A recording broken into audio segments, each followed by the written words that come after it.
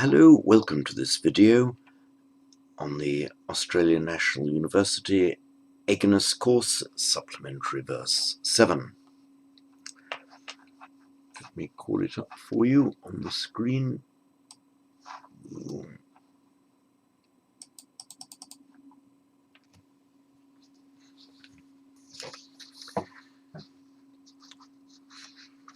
Shruti vipratipannate yada sthasyati nischala samadhavachala buddhis tada yogam avapsyasi. And again. Shruti vipratipannate yada sthasyati nischala samadhavachala buddhis tada yogam avapsyasi.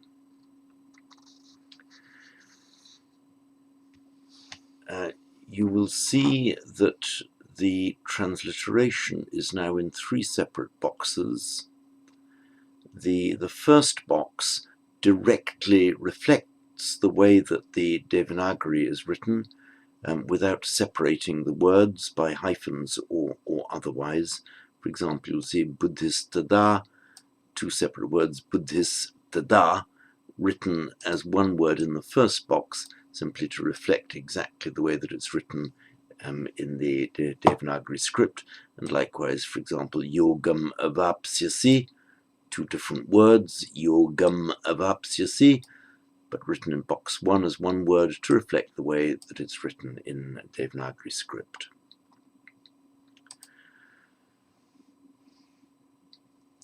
So the analysis of this, yada, we start with what would go in English first. Yada is when. Yada, when. Tada, then. In fact, yada, tada correlate. Yada, when something happens, and then tada, then something else happens.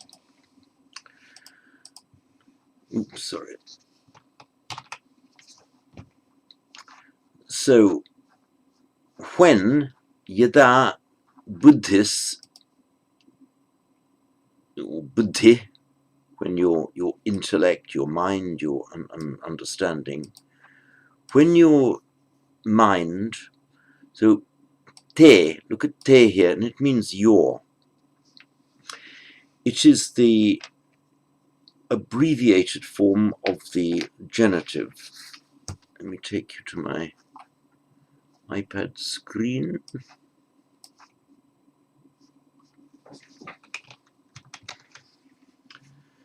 Look at MacDonnell, paragraph 109, and you will see set out there the declension of the personal pronouns. If you look at the bottom of page 73, this paragraph 100, section 109, which starts on page 73, bottom right of page 73, you spilling over onto page 74, you see the declension of twam, meaning you, thou in the singular. Twam. So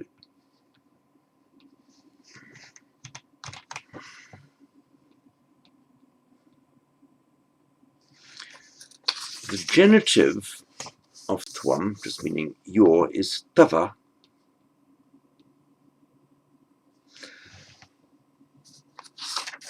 However, certain shortened forms are permitted, and the same applies to aham. So certain shortened forms are permitted, and a short form is permitted of the genitive, which is te.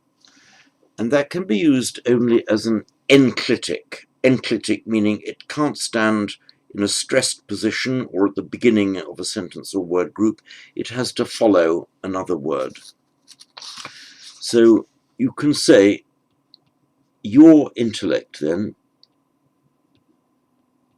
buddhistava,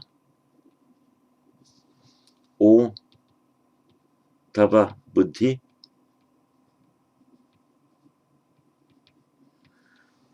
and the I becomes S, the visarga becomes an S because of the following T, tava buddhi, buddhistava. You can also use a shortened form of the tava, the genitive form, as in buddhiste.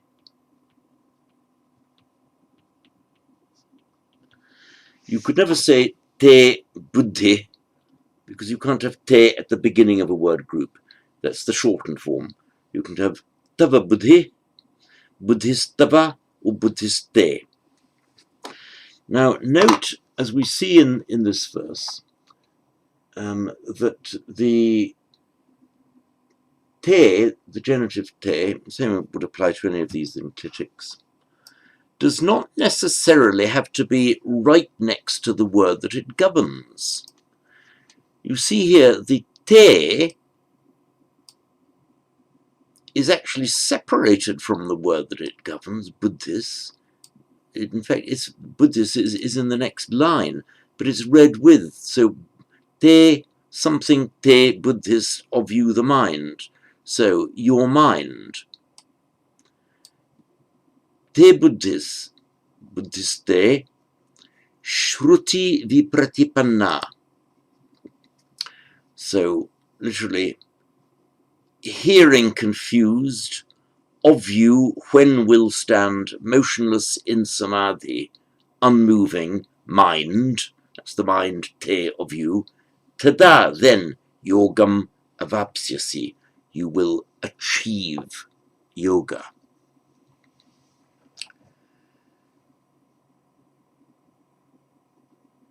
So if we recast the Sanskrit sentence into a more prose order, something closer to English. Here the words are kind of split up a bit in poetry. It would be yada buddhiste stasyati, will stand, or yada, when, shruti vipratipanna te buddhis, your hearing confused or scripture confused mind, stasyati, will stand, nishchala, unmoving, samadhav achala, motionless, samadhau, in samadhi, tada, then, yogam avapsyasi, so, avapsyasi, you will achieve yoga. Then you will really be in yoga, in the meaning of union, when your scripture confused mind stands motionless, and so on. So shruti vipratipanna is an adjective, a compound adjective, qualifying buddhi, which is a feminine noun, and so it has its feminine ending a.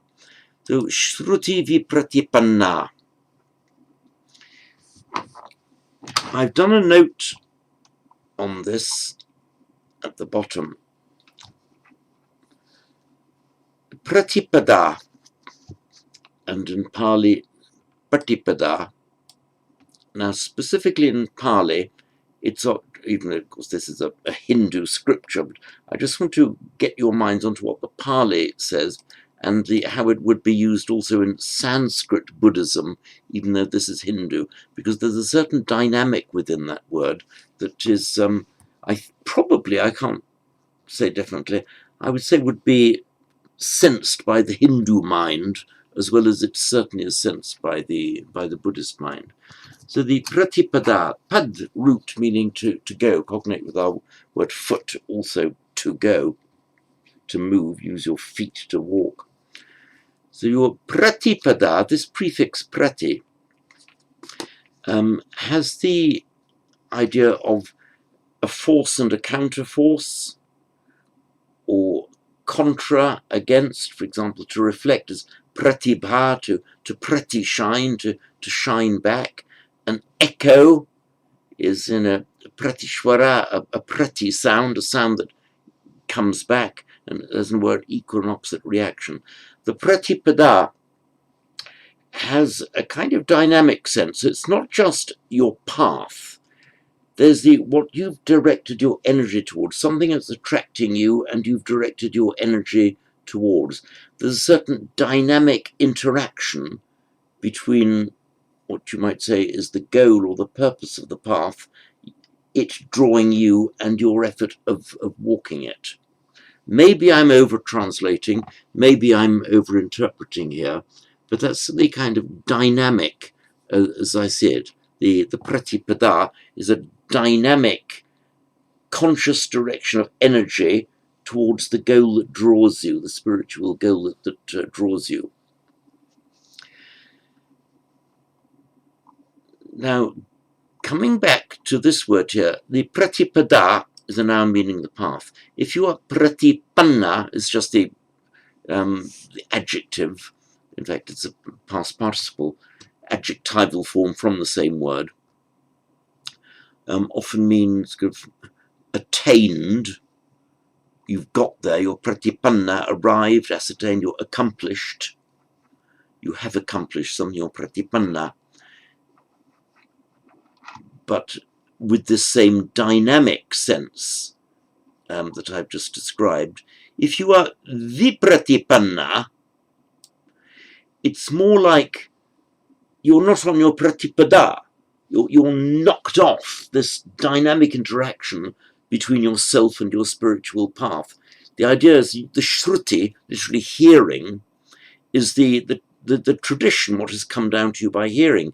So shruti is often used, particularly in Hinduism, but also in Buddhism, to mean the scriptures, the received scriptures, which of course were passed down not in writing, which is scripture, but it's more by the hearings, because they were passed down orally.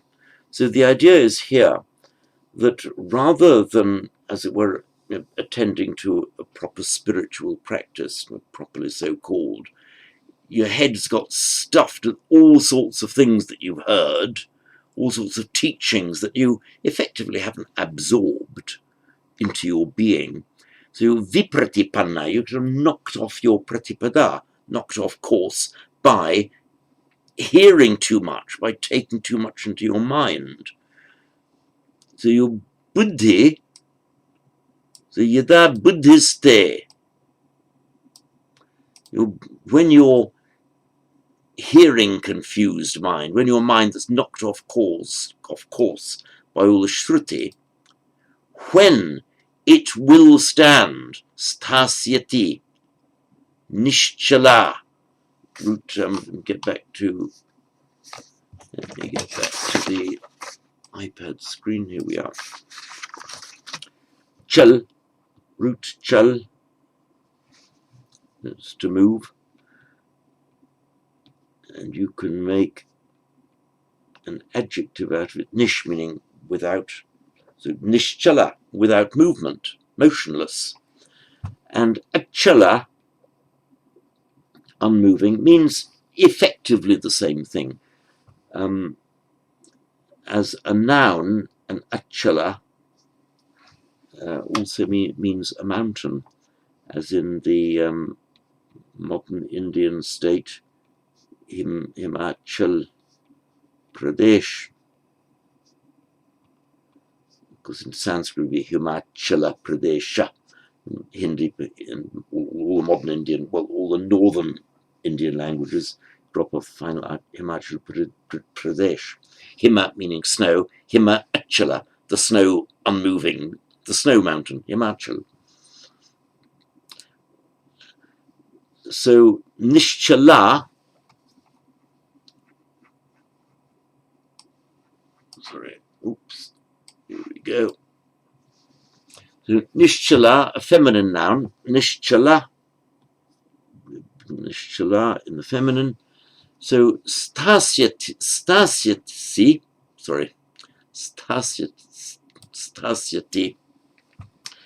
root sta, that we all know, meaning to stand. This is the future in Sia, very often with an interposed or link vowel I, can become shia, making a future. So sta, to stand, stasyati, it will stand. In English, after the relative when, we use the verb indicating the future, we use the present, when it stands. In Sanskrit, you say when it will stand. So, yada sthasyati, when it will stand, when buddhiste, yada buddhiste sthasyati, when your mind will stand, nishchala, without movement, samadhavachala, motionless in samadhi. The samadhi and these nouns, masculine and feminine nouns, ending in a short I, make their locative in au. So samadhau, locative, the seventh case, in samadhi. And by sandhi, where you get a word ending in an au followed by a vowel, the au becomes av. So that's why you get, sorry, I'm writing on my iPad and I'd forgotten to show it to you. Here we are. I've given you the samadhi, masculine, feminine nouns in I, make their locative in au. The samadhau, by sandhi, a word ending in an au followed by a vowel becomes av. So samadhav achala. Samadhau achala becomes samadhav achala, motionless in samadhi. So when your scripture confused mind will stand motionless in samadhi, tada yogam avapsyasi. So just as we had stasyati, now we have the root ap, meaning to obtain, with the prefix ava,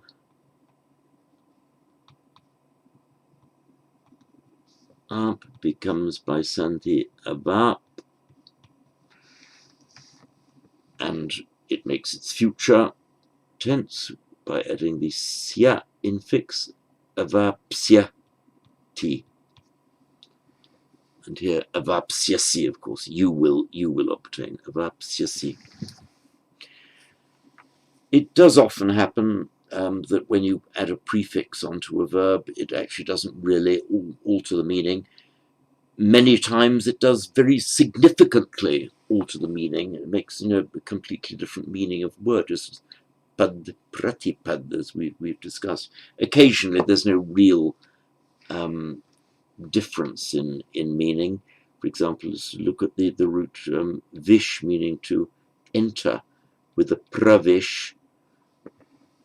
It also means to enter without really altering the meaning. In fact, pravish is more commonly used than just the verb, the root vish on its own. So here, apsyasi, avapsyasi, it probably doesn't really make any difference to the meaning. So,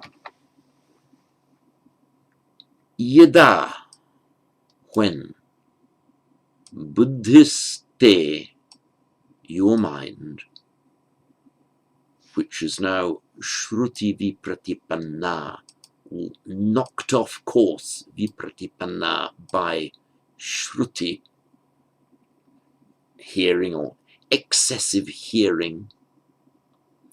So when your mind, confused by shruti, confused by scripture, sthasyati, will stand, nishchala, without moving. Achala, effectively the same meaning, motionless. Samadhau, in samadhi. Tada, then, avapsyasi, you will attain yogam, yoga. So I will read this for you again.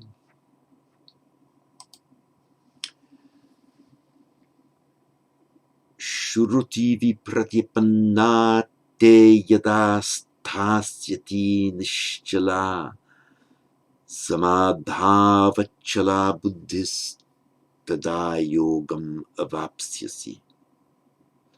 And once more. Shruti vipratipanna te yada sthasyati nishchala samadhavachala buddhis tada yogam avapsyasi. And that's it on supplementary verse 7.